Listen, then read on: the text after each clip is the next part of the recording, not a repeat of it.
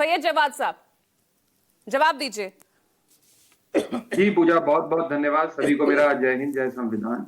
देखिए, खुल करके बात हो नहीं पा रही है और जिनसे आप सवाल मांग रहे हैं, जिनसे जवाब मांग रहे हैं, वो भी नहीं दे पा रहे हैं। ये क्यों नहीं कह रहे हैं कि इस मोदी सरकार ने देश को बांटने वाला एक और कानून ला करके दिया है।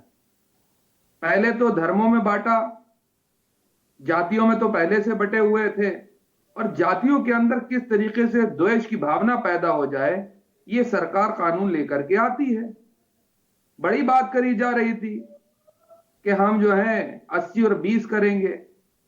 ये नारे जो है जब योगी आदित्यनाथ जी दे रहे थे तो बड़ी छाती जो है चौड़ी करके भारतीय जनता पार्टी के लोग जो हैं इसको भुनाने की कोशिश कर रहे थे राजनीतिक तौर पे। असल में पूजा क्या है, ये समाज की नब्ज टटोली जा रही है। जो अपर कास्ट है उनको इन्होंने अपनी वोट बैंक की बकौती समझा हुआ था कि ये तो हमारा हाई है, इसको जैसे चाहेंगे हम गुलाम बना करके हाक लेंगे, और प्रचंड बहुमत देने में अपर कास्ट समाज ने बढ़ चढ़ करके हिस्सा लिया। लेकिन अभी भी कहने की ये हिम्मत नहीं हो रही है कि मोदी सरकार ने जो है समाज को धोखा दिया है। उसमें एससी एसटी ओबीसी को भी धोखा दिया है, अपर कास्ट को भी धोखा दिया है, महिलाओं को भी धोखा दिया है, इस देश के दलितों के साथ भी धोखा करा है। तो कांग्रेस इन नए रेगुलेशंस के पक्ष में है या विपक्ष में है सैयद जवाद साहब? क्योंकि प्रवक्ता तो कांग्रेस भी नहीं भेज रही।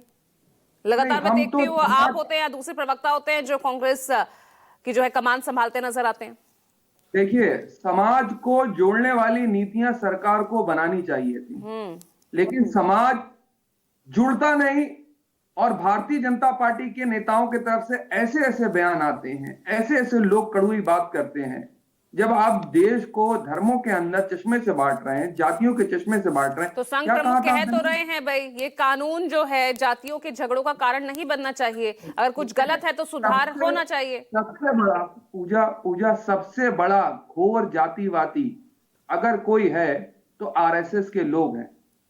आप पूछिएगा कि एक अच्छा इन्होंने ब्राह्मणों को भी बांटा, राम भद्राचार्य का और एक स्टेटमेंट है, उन्होंने ब्राह्मणों के बारे में किसको अपर कास्ट ब्राह्मण बताया था, किसको लोअर कास्ट ब्राह्मण बताया, तो वो भी एक उनका स्टेटमेंट है। और घोर जातिवादी अगर इस देश में कोई संगठन है तो आरएसएस है। उसकी विचारधारा कभी जोड़ने वाली नहीं रही। आप बताइए, आप इस इन नए रेगुलेशंस के पक्ष में हैं या विपक्ष में हैं? कांग्रेस का क्या स्टैंड है? हाँ या ना में बताइए भाई, खुलकर बताइए आप भी। फिर देखिए, यहाँ पे पक्ष विपक्ष की बात नहीं है, समाज को जोड़ने वाला अगर कोई भी कानून होगा उसका समर्थन करना चाहिए। अब जातियों के अंदर बांटा किसने है? तो आप समर्थन में खड़े हैं या विरोध में खड़े हैं सैयद जवाद साहब? ये भारतीय जनता पार्टी का चाल चरित्र और चेहरा दिखाता है। बात पक्ष और विपक्ष की नहीं है, यहाँ पर बात है कि समाज को और देश को कैसे जोड़ा रखा जाए। विरोध भी करना है, सवाल भी खड़े करने हैं, सरकार को भी घेरना है, लेकिन खड़े कहां है ये नहीं। आजम खान साहब, आप थोड़ा अपनी पार्टी का स्टैंड क्लियर कर दीजिए भाई। हम देश के साथ खड़े हैं। यहाँ पर एससी एसटी ओबीसी के साथ गलत हुआ इन नए रेगुलेशंस के जरिए या सवर्णों के साथ? रुकिए ना जवाद साहब, रुकिए। नहीं, रुकिए 10 सेकंड। हाँ, बोले। हम देश के साथ खड़े हुए हैं, देश के युवाओं के साथ और हर कमजोर वर्ग के साथ खड़े हुए हैं। कोई सवर्ण अपने आप को कमजोर महसूस कर रहा है इधर भाई, तो उनके साथ खड़े हैं। फिर किसके साथ? हम देश के हर एक नागरिक के साथ खड़े हैं, जिसके साथ भी अन्याय होता है उसके साथ हम खड़े हुए हैं, चाहे कोई भी शख्स हो, बगैर भेदभाव के। लेकिन ये भेदभाव वाले लोग, ये संघ की असली सच्चाई देश के सामने बाहर। बोलिए ना जवाब साहब, रुकिए।